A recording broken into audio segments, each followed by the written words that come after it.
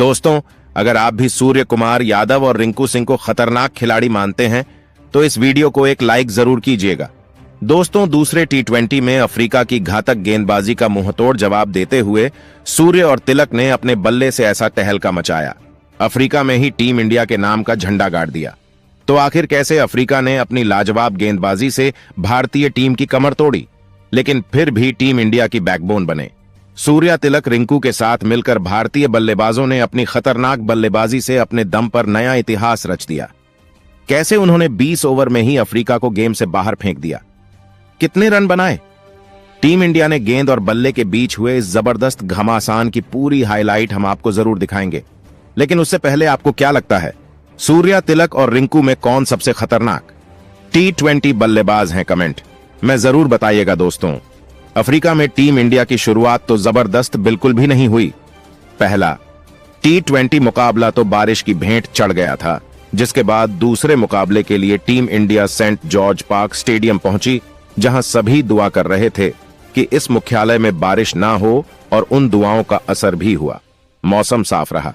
इसी के चलते ठीक समय पर सिक्का भी उछाल दिया गया, जहां टॉस अफ्रीका के कप्तान एडम मार्करम के पक्ष में गिरा और उन्होंने मेहमान टीम इंडिया को मेहमान नवाजी के लिए पहले बल्लेबाजी करने का न्योता दे दिया।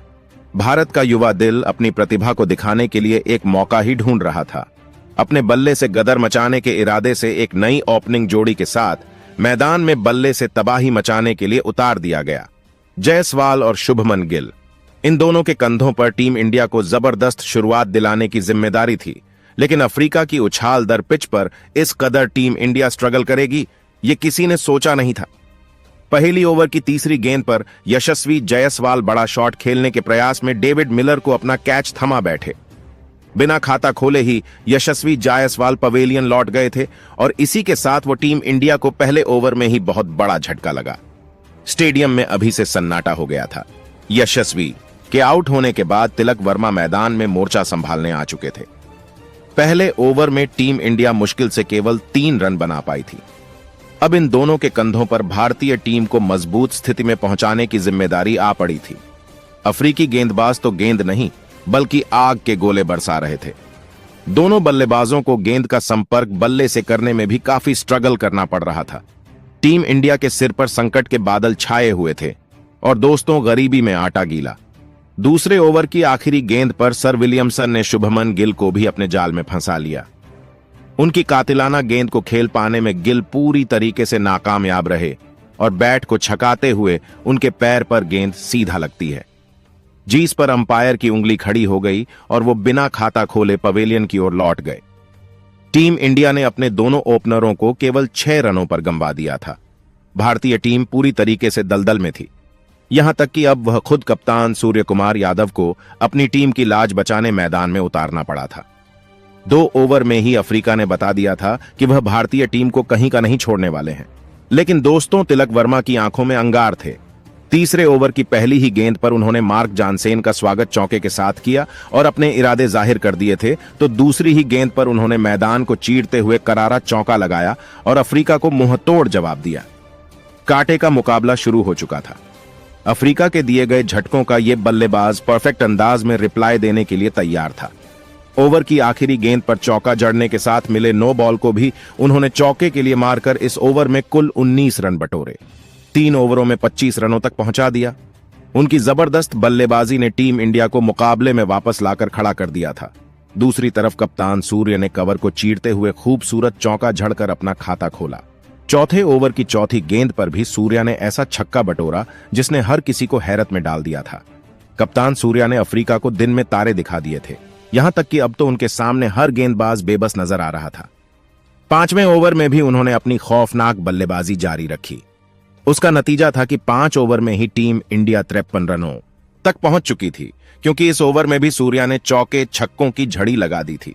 अफ्रीकी गेंदबाजों के तो अभी से पसीने छूटने शुरू हो चुके थे, क्योंकि सूर्या रुकने का नाम नहीं ले रहे थे।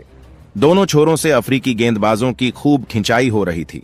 देखते ही देखते दोनों खिलाड़ियों ने अर्धशतकीय पार्टनरशिप को भी अंजाम दे दिया था, लेकिन पार्टनरशिप बनते ही तिलक वर्मा जल्दीबाजी कर बैठे।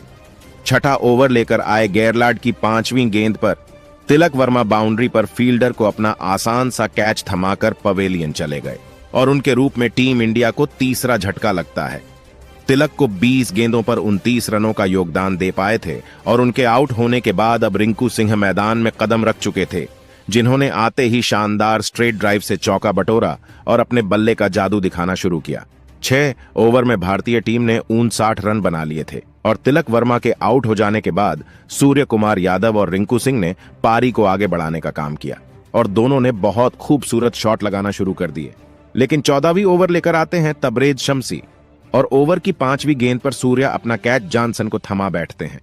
लेकिन उसके ही अगली ओवर में रिंकू सिंह 16 रन बटोर लेते हैं और ये साफ साफ जाहिर कर देते हैं कि मैं रुकने वाला नहीं हूं। लेकिन अगली ओवर डालने आते हैं कप्तान एडम मार्करम और अपनी ओवर की दूसरी गेंद पर ही जितेश शर्मा को पवेलियन भेज देते हैं और अब पारी को आगे ले जाने की जिम्मेदारी रिंकू सिंह पर आ जाती है और अब मैदान पर रिंकू का साथ देने आते हैं जडेजा। ये दोनों 2 ओवर आराम से खेलकर निकाल लेते हैं। इसके बाद 19वां ओवर करने फिर से मार्करम आ जाते हैं और रिंकू सिंह 5वीं और 6ठी अंतिम गेंद पर लगातार 2 खूबसूरत छक्के झड़कर टीम को 178 रनों तक पहुंचा देते हैं। इसके बाद 20वें ओवर में टीम इंडिया के लगातार 2 विकेट गिर जाते हैं जडेजा और अर्शदीप जडेजा 14 गेंदों में 19 रन और अर्शदीप बिना खाता खोले 0 पर ही लौट जाते हैं। लेकिन इसके बाद फैंस को निराश करने के लिए बारिश आ जाती है। सब डग आउट में चले जाते हैं। उस वक्त टीम का स्कोर 180 पर 7 विकेट थे। लेकिन बारिश रुक जाने के बाद ओवरों में कटौती करते हुए साउथ अफ्रीका को जीत के लिए 15 ओवर में 152 रन का टारगेट दिया गया। बारिश के चलते 5 ओवरों का खेल काट दिया गया। लेकिन जिस अंदाज में भारतीय टीम की बल्लेबाजी चल रही थी, अगर रिंकू सिंह को स्ट्राइक मिल जाती तो टीम इंडिया यहां 200 का आंकड़ा भी कर लेती। लेकिन अंतिम ओवर में रिंकू सिंह को एक गेंद भी खेलने का मौका नहीं मिला। लेकिन दोस्तों, टीम इंडिया को अब जीत के लिए अफ्रीका को 152 रनों के अंदर रोकना है। क्या टीम इंडिया अफ्रीका को रोक पाएंगी? हमें कमेंट में जरूर बताइएगा दोस्तों। लेकिन टीम इंडिया गेंदबाजी करने आती है तो शुरुआत इतनी अच्छी नहीं होती है।